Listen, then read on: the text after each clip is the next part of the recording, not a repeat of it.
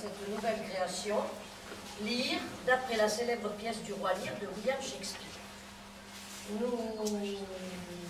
allons vous présenter donc les familles et un petit peu ce qui va se passer, le déroulement de la pièce. Oui, parce que nous sommes là pour vous aider à suivre. Il y en a peut-être parmi vous qui connaissent la pièce, mais c'est pour ceux qui ne la connaissent pas parce qu'elle est extrêmement compliquée. Ah oui, alors normalement c'est une pièce qui dure 4 heures. Et donc, nous l'avons adaptée pour qu'elle soit plus courte. Nous avons suivi quand même la chronologie de la pièce. Alors, je vais vous présenter les personnages. Comme vous le voyez, il y a 2 arbres généalogiques. Le premier, moi je présente la famille du roi Lear. Et moi la famille du comte Gloucester. Ces 2 familles, ce sont les 2 familles principales de la pièce. Ça tourne tout autour de ces 2 familles. Parce que c'est une histoire de famille, et comme vous savez, dans les familles, il y a des histoires. Alors, Lear, j'ai oublié de dire quelque chose. Ah oui, je voulais vous dire que chaque fois qu'on va vous présenter un personnage, il faudra que vous reconnaissiez les couleurs, parce qu'ils ont une couleur vestimentaire bien particulière. Et il faut que vous regardiez bien, parce que les personnages, un personnage peut être joué par plusieurs acteurs dans la pièce. Remarquez qu'il n'y a pas de femmes à la source, ils ont disparu. C'est peut-être pour ça qu'il y a tellement d'histoires. Alors, donc, par exemple, le roi Lear portera toujours cette capuline rouge. Il est roi d'Angleterre, il a 80 ans et 3 filles. Goneril, Regan et Cordelia. Donc, Goneril est marié à Albany. Ça, c'est les filles, petite robe ouverte sur le devant. Et ça, c'est son mari, donc Albany en violet. Bon, les gars, ils ne sont pas très importants. Retenez bien les filles. Non, c'est vrai, c'est important. Donc, violet, Goneril. La seconde fille, la voici, Regan, mariée à Cornouailles. Voilà, orange, ocre. Et enfin, la petite dernière, Cordelia, célibataire, mais demandée en mariage par 2 prétendants. À la fin de la première scène, elle se marie avec le roi de France. Vous voyez, là. Bien.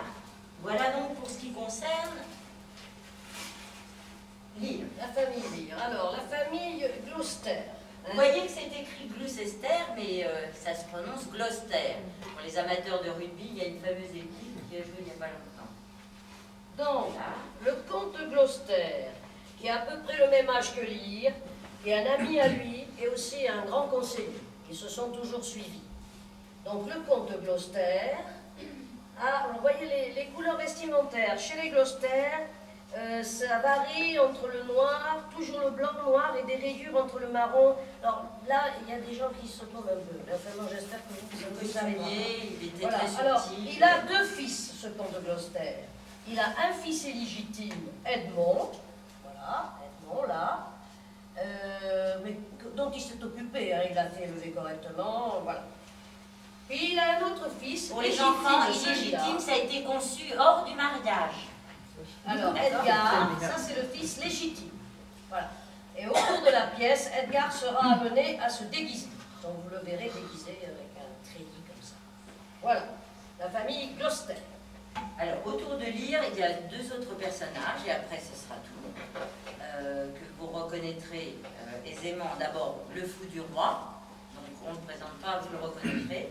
Et le deuxième personnage, qui s'appelle Kent, qui est un ami du roi, un conseiller aussi.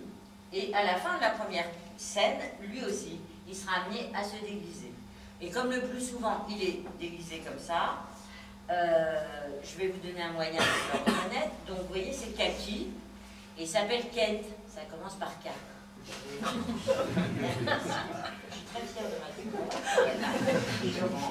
De toute façon, à l'entracte, il y a ces deux arbres généalogiques qui sont présents et les personnages aussi, si vous avez besoin de vous y référer. Vous allez très bien, vous allez voir de toute façon que si vous ne suivez pas tout à fait les généalogies, c'est pas trop grave, ça permet, voilà, il y a des scènes se tiennent aussi en soi. Voilà. Est-ce que vous avez bien compris ou est-ce que vous avez des questions? Bon, très bien. Attends. Il y a des questions.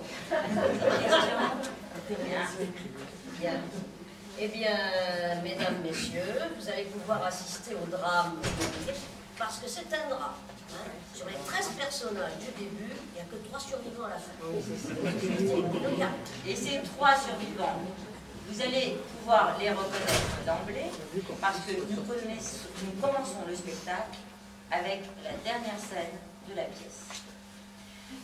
Ensuite, nous prenons la chronologie réelle de la pièce. Bien. Voilà. Donc, si vous voulez bien me suivre. Alors, il paraît que dans la psychosociologie, vous avez plutôt tendance à aller sur la droite.